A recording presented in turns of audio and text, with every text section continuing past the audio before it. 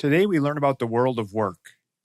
We talk about internships, your first job after college, and why high school students need to understand how the process works.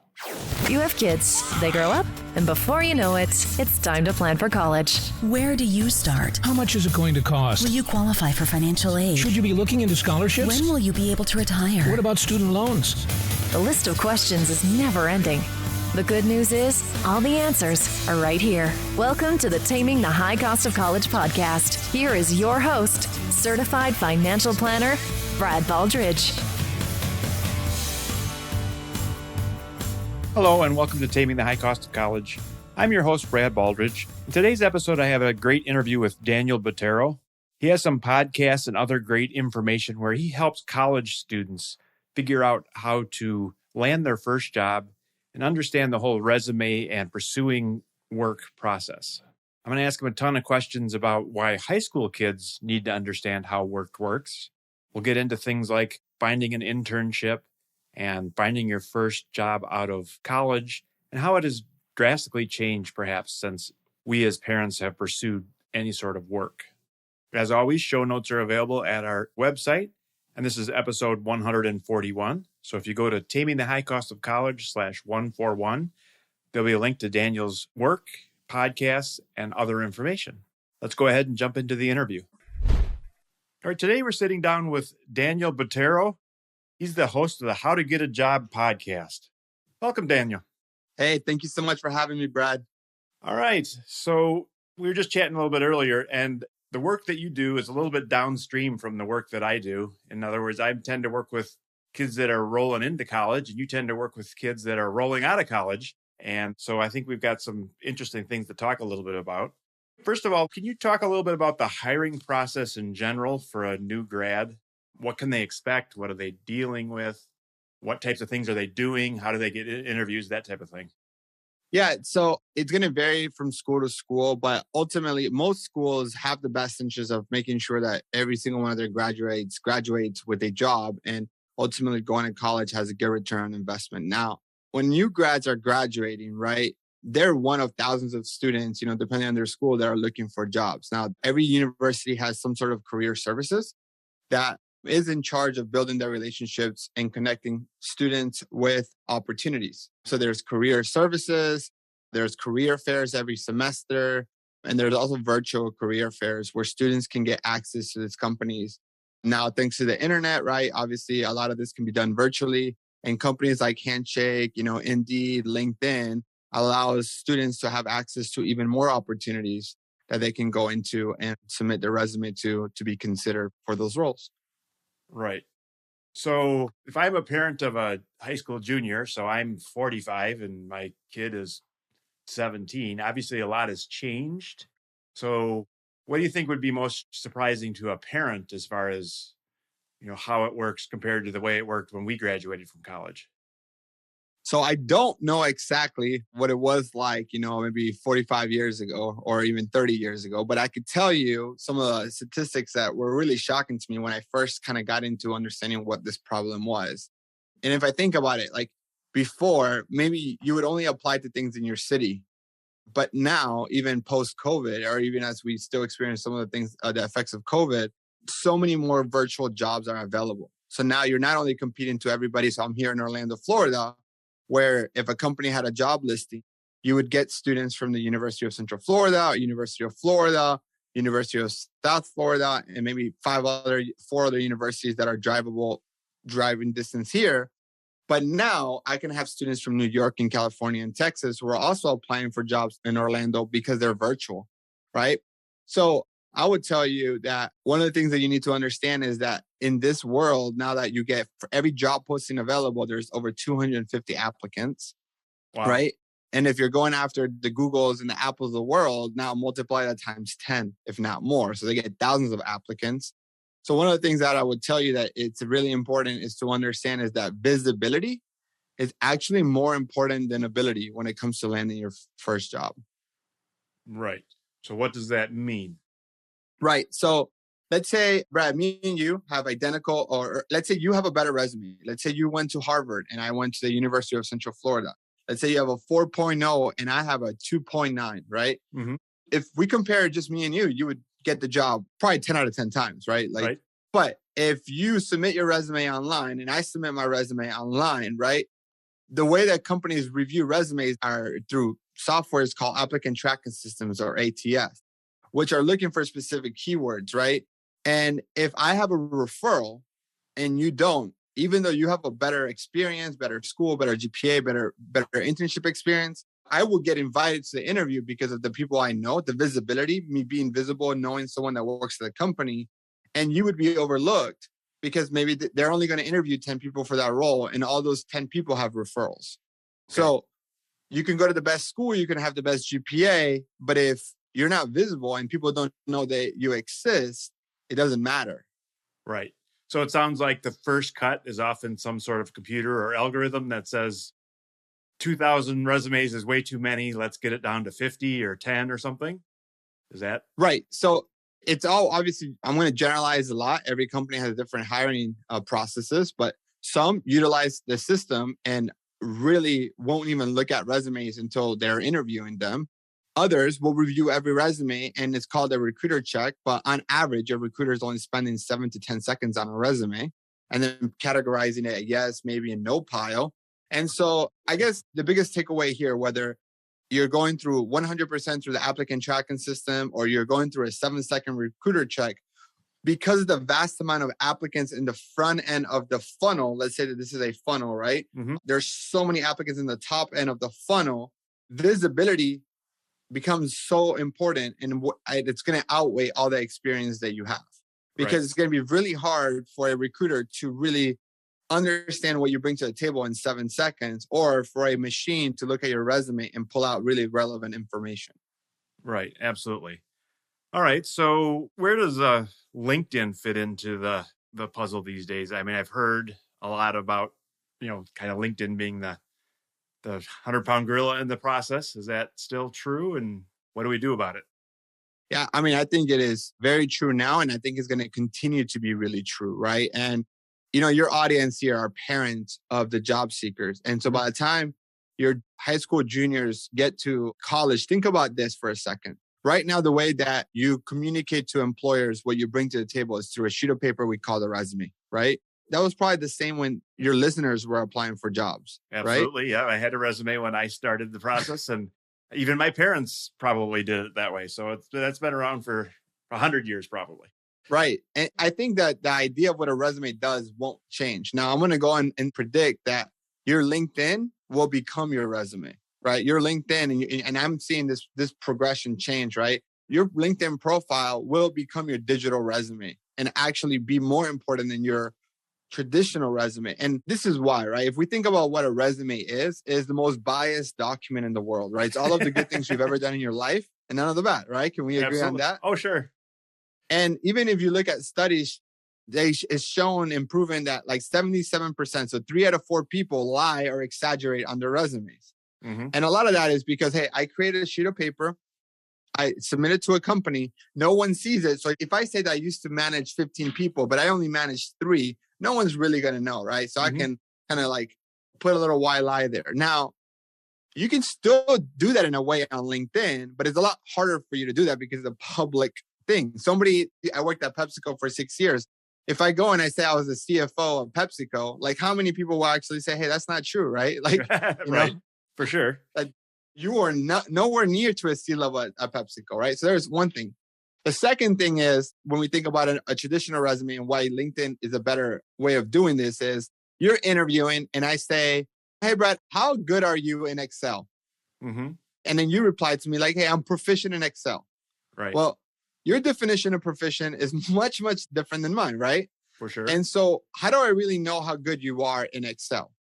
Now, what happens if you can actually take an assessment on LinkedIn, which you could do this right now, and get a badge from a third-party company that actually tells you how good you are in Excel? Right. Now, right? Okay. So now a third-party company is letting me know how good you are in the particular skills that are really useful for the job that I'm applying for. So it's just a way, and you can do that through LinkedIn badges. And it's called, if you go down, licenses, certifications, right? So I looked at yours and you're a CFP, right? That's a certification as a certified financial planner. Well, other certifications can be put on your resume, but you can maybe lie on it. But here you can be vetted it through a third-party system like LinkedIn. Right. And if you think about the future of just LinkedIn really quick, it was LinkedIn bought lynda.com, which is like a company that you could watch videos and then take tests and get certifications. Right. Then Microsoft, that owns the world of work, buys LinkedIn. Most resumes are done on Microsoft Word. And so LinkedIn essentially will become your resume. And so if you're not on LinkedIn now, you're really missing the boat, because building those relationships and community on LinkedIn is going to give you that visibility that we spoke to earlier that is so critical to you landing the interview, therefore landing the job. Right. So should my high school sophomore, junior, senior get involved in LinkedIn already? Oh, absolutely. And the early adopters are going to have a massive advantage, right? I did a poll on this actually, and it was a poll. I said, if a high school student reached out to you, would you give them 10 minutes of your time? Mm-hmm. Right? And 97%, I think over 1,000 people voted, said yes, they would do it. 97%. So think about this. I am a high school student. I'm a junior, senior. I have aspirations to be a investment banker, a consultant, going to a really, go work at Google, like whatever that dream is. I am even willing to bet with any parent that them starting a LinkedIn now and using it to network and create content will have a much better impact on whether they get into their dream company than the university they attend. I am willing to bet that if I have a son that opened their account on LinkedIn and went to a community college and got their degree there, and someone just went to Harvard and did not have a LinkedIn, that my son will have a better job than the individual that went to Harvard. Mm-hmm. Right. Okay. So we have our students get started on LinkedIn. Any ideas on what, again, a student isn't going to conference. Well, maybe they are, but who would they link to, so to speak, or what would they do on LinkedIn to kind of get it rolling? So when I think about high school, I thought about the people who go to college are the high school students that have a little bit of clarity, right? They're involved in maybe student government. They're involved in a magnet school. They're involved in AP and honor classes. They're involved, like for myself, I was involved in the business academy or the medical academy, right? Mm-hmm. Now, so you might have an idea of what you want to do. I think LinkedIn is an amazing way to explore those career options that you might have in your head. Want to be an engineer? Why don't you reach out to the Google engineers? Say, Wow. Hey, I'm a high school student, right? Before I go to college and pick my major, I want to learn a little bit more about algorithms. I want to learn a little bit more about app development. I want to learn more about driverless cars, right? Whatever you're passionate about, like you're passionate about video games, why don't you go talk to the person who designed your favorite Fortnite game, right? Mm-hmm. And here's the thing. The younger you are, the more they're willing to help you. Yeah, that makes sense. I would agree with that. All right. So let's talk about some of the things we hear out there. The kind of the extreme thing that you hear occasionally is, I've got to get my kid into the right kindergarten so that I can get him into the right grade school, so I can get him into the right middle school, so I can get him into the right high school, so I can get him into the right college so that they can have a great life. Obviously, that's, I'm a little facetious there, but a lot of people stress about, getting into that right college or whatever it is. From a hiring perspective, does that, how much of an impact does that really have? If you're targeting, I don't know, say Google or Boeing or some other large, Disney would be another dream job for a lot of people. If you're targeting those kind of careers, does it matter which schools you pick or what path you take? Absolutely. Let's talk about it, right? I'm not here to say that going to Harvard and MIT is not going to obviously benefit your future, because it absolutely would. Now, I want to, take a step back and understand why that is, right? Mm-hmm. And the reason is because of the alumni network that you have available, right? Mm-hmm. The reason is for the people that you meet, right? The reason is that if you go to Harvard and it's really hard to get in, you're essentially the cream of the crop, right? That you're surrounding yourself with individuals who are cream of the crop as well. Therefore, build a network that then obviously has a flywheel effect. Right. And so the reason why you put your son and daughter into a really good kindergarten, again, it's because of the people that you're going to meet, right? The people in that private school, the people that go to that university. So it's all about who you get to meet and who you know, right? That's really, really important. Now, that is the traditional way. And I think that way will still be true 20 years from now. And I think it all has to do with human nature, right? We want to help, and our species is all about community, and we want to help people that are like us, that went through the same situation as us, that we can relate to the most. Mm-hmm. So there is a benefit to going to all those great schools to get into those jobs, right?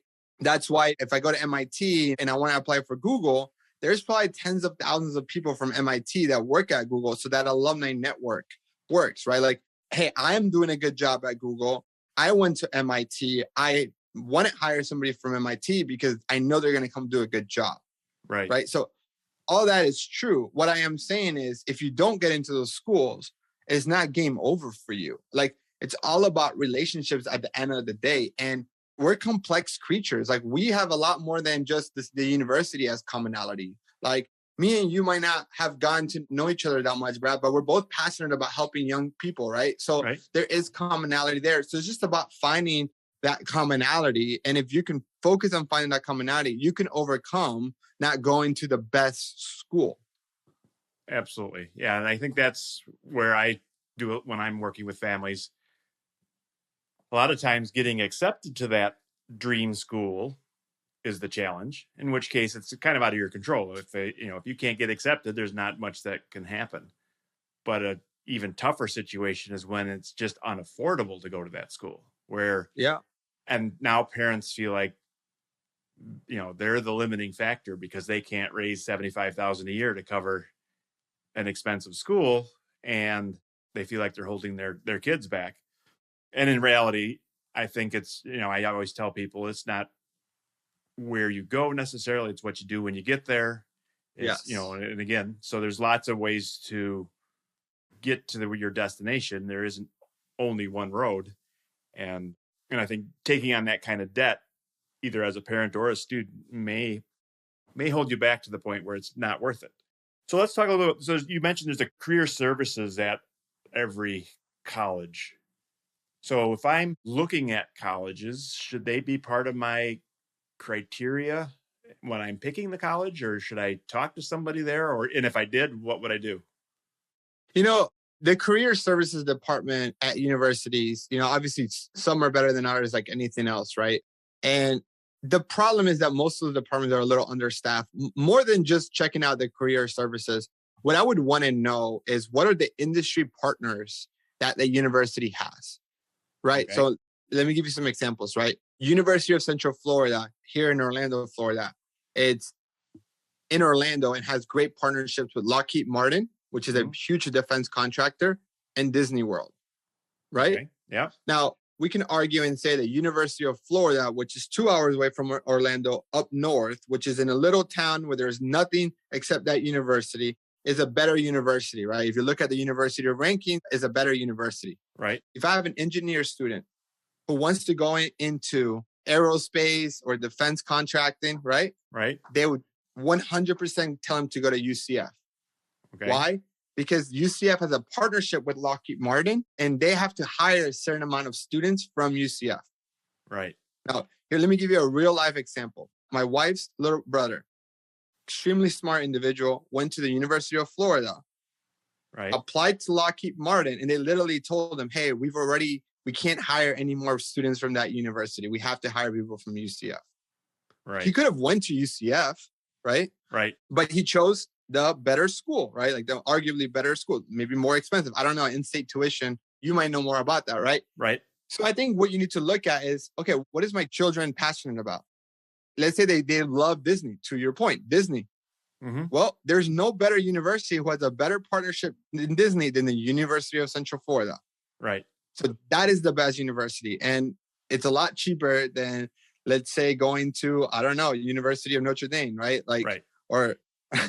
Right. It's certainly a lot cheaper for anybody in Florida because it'd be an in-state school. With an out-of-state student, it may still be reasonable. We'd have to look at the numbers, but yeah, so absolutely. So what about things like internships and co-ops? Are they a big piece of the puzzle as well for students these days? Yeah, I think anytime that you can have relevant experience, it's really important. And here's a big thing that most people don't think about. You can do an internship in your freshman year. And the sooner you do this, the better off you're going to be. And there's even companies that have internships for lower classmen that are only for freshmen and sophomores, right? Mhm. And so definitely taking advantage of those are going to be really helpful, and starting doing those internships early when you can do them for free and you don't have a lot of bills. That way, when you do get to your junior and senior year, you can actually do paid internships, because the best way to get a full-time job is through an internship. So what you ideally want to do is do your last summer, so your junior going into senior year internship, to be with your dream company, because most internships, like as a company, they have a goal of converting 80+% of their interns into full-time jobs. So imagine that would be it. Starting, like the ideal scenario, you start doing internships early on. Your second internship be a paid internship with your dream company, your junior year going into your senior year. And by August, 2 semesters before you graduate, you would have a job offer lined up. Right. Yeah, and I've seen that actually play out with a number of families that I've worked with, where again that offer comes, and again I think a lot of employers use the intern system as a way to kind of vet potential employees and or get employees that are in a tight market. If they, I don't know, nursing and engineering and some of those things where it's really hard for them to fill positions, they're happy to do internships, even though that might cost them and a little bit, and be very generous to those students because they just want to build a relationship and have it shot at them when they graduate. It. Yeah, I mean, that's the only reason companies have internships is to build a pipeline of candidates. And when they find a good candidate, because it's a 10 to 12 week interview process, right? Like if an internship is a 10 to 12 week interview, right? And if they're the right fit, we want to offer them and trying to give them an offer right away. And that's why companies are even trying to be proactive in starting freshman and sophomore year. Right. So how do we find internships in general? What's the methods today? Again, for a parent that used to literally lick stamps and send out resumes, how would we do that today?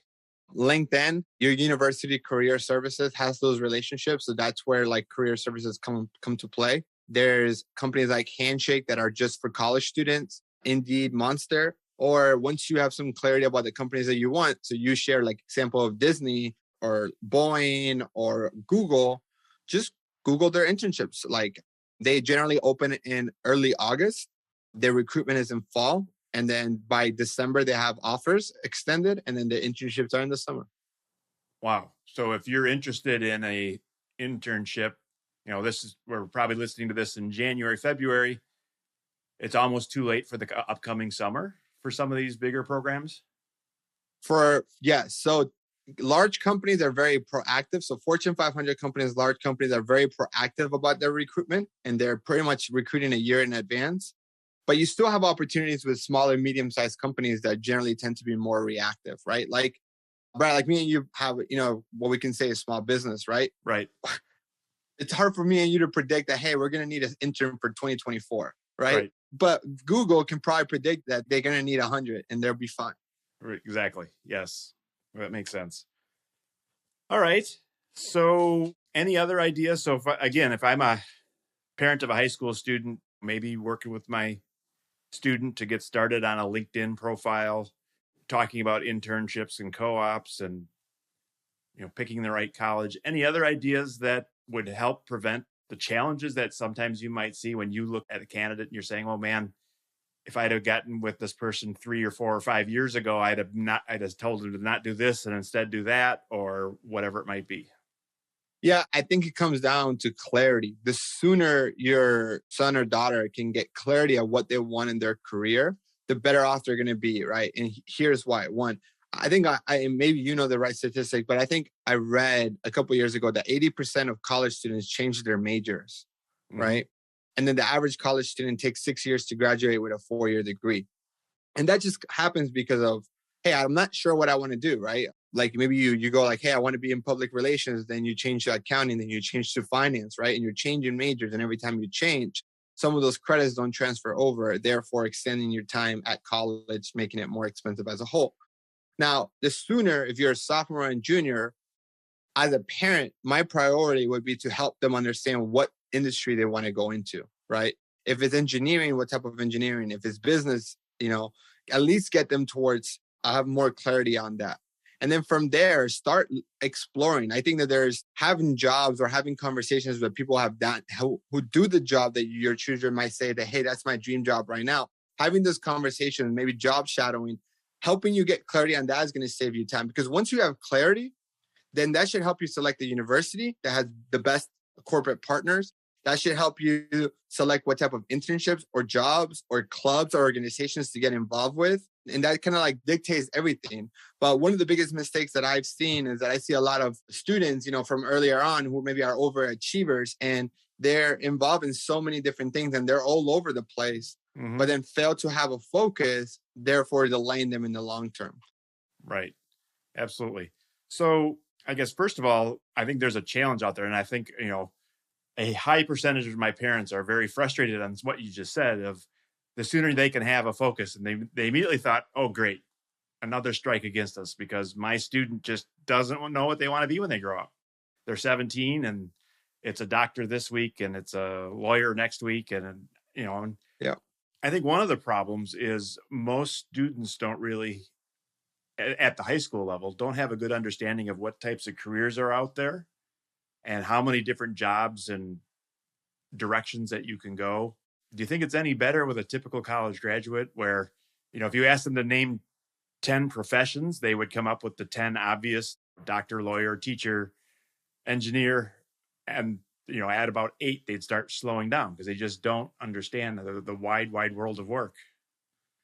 I think there's a little bit of a difference because by the time I'm working with them, they're already a senior or already kind of say, hey, I'm an engineer, whether I like it or not. I mean, I'm already going to graduate with this degree because I'm already too far into switch, right? So they have a little bit more clarity. Now, obviously, they still have to kind of maybe point it down a little bit more. And I think that's where I don't see a lot of the work that needs to happen as a high school student or, or even earlier. Right. There's this amazing assessment called the Kobe 8 assessment. And I don't know if you've ever heard of it. I work with a coach. So when a client comes to me and they're like, hey, I'm really lost, I really don't know what to do, I have them work with Emily, who then has them take that assessment. That's who helps them get clarity. And then once they have clarity, she sends them back to me because it's just so much harder to try to work with someone when they don't have clarity because I feel like we're running in circles. It's not fair to them. It's not fair as a whole. So I would have them figure out an assessment like the Kobe 8 assessment that doesn't measure their IQ and it doesn't measure their personality, but it actually measured how they do things, right? And then from there, there's jobs that just play with your strengths. And that's where I would start focusing on. But I think as a high school student, you have the time to figure that out then, right? And that's where if I'm a parent and my son or children don't know what to do, honestly, I would even delay going to college for 6 months because I'd rather them figure that not perfectly. You might not figure this out perfectly. Some is easier than others, but at least have a little bit more clarity before spending money in college, right? And having them change majors. Right. And I would agree with that. And I think you need to kind of change the rules a little bit depending on what type of student we're talking about. I mean, there's the academic overachiever that's going to go to college and they're going to be fine no matter what they do. But I think there's a lot of students that go to college as kind of a default of, I don't really know my direction, but I just been told all my life I'm going to college, so therefore I'm going. I'm not exactly sure why I'm here. I have struggles picking majors and that kind of stuff where I think a gap year or other things may be very important, or working with some sort of consultant. And on previous podcasts, we've had some of those types of consultants as well that help students come in with a focus and then realize a lot of people and I'm sure you've seen this, will do a hard left turn in their career, right?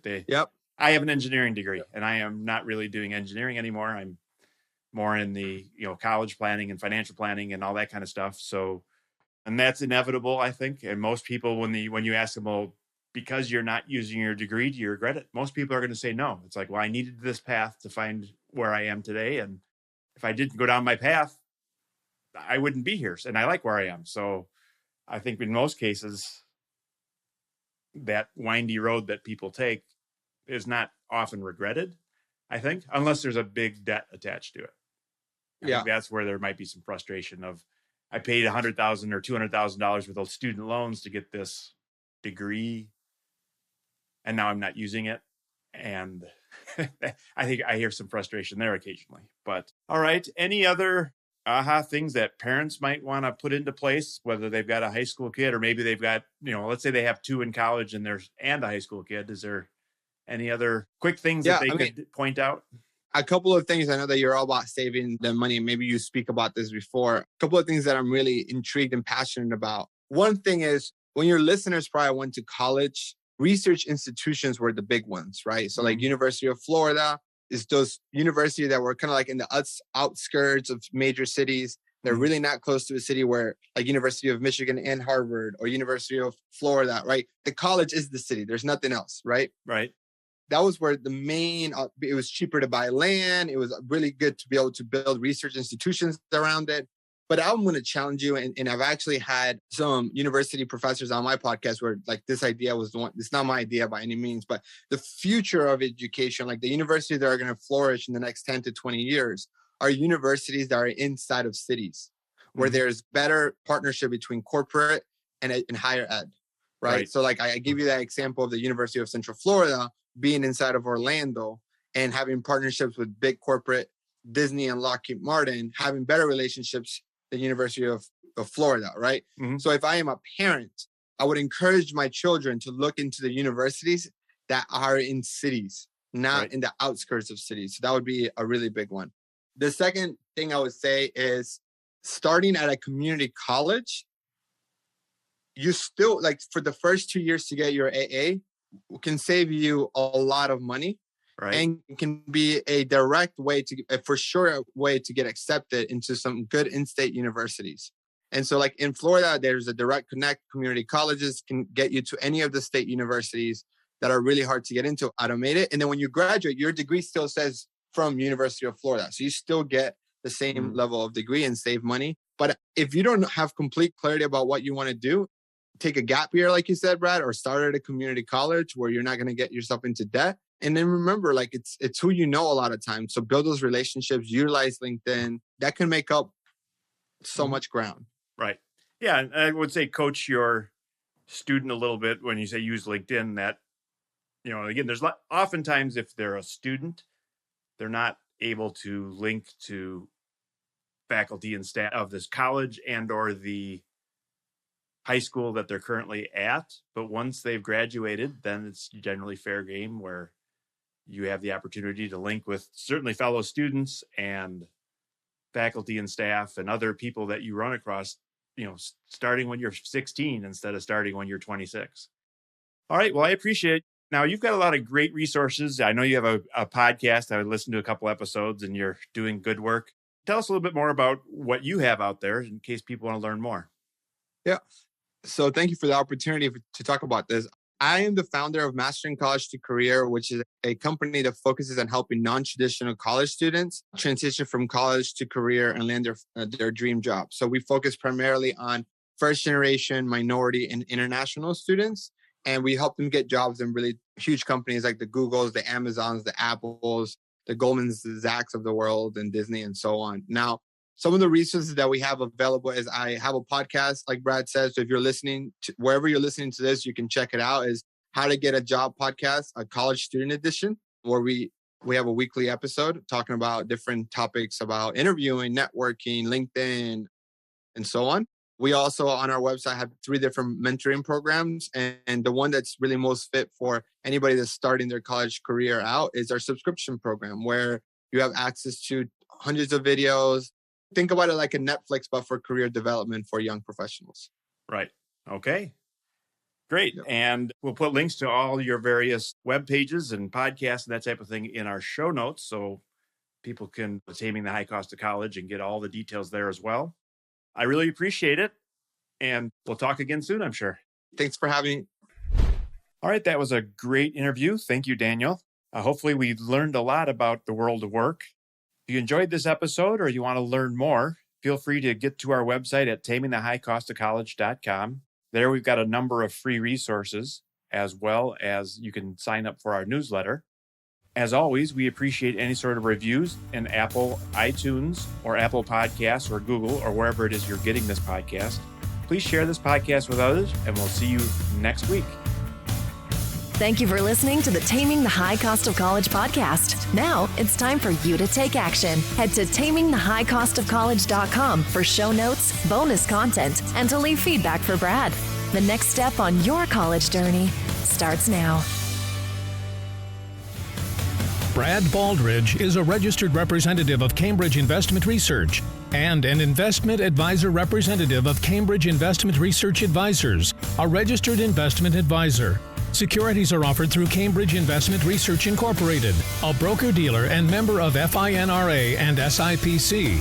Brad owns two companies, Baldridge Wealth Management and Baldridge College Solutions. The Baldridge companies are not affiliated with Cambridge Investment Research.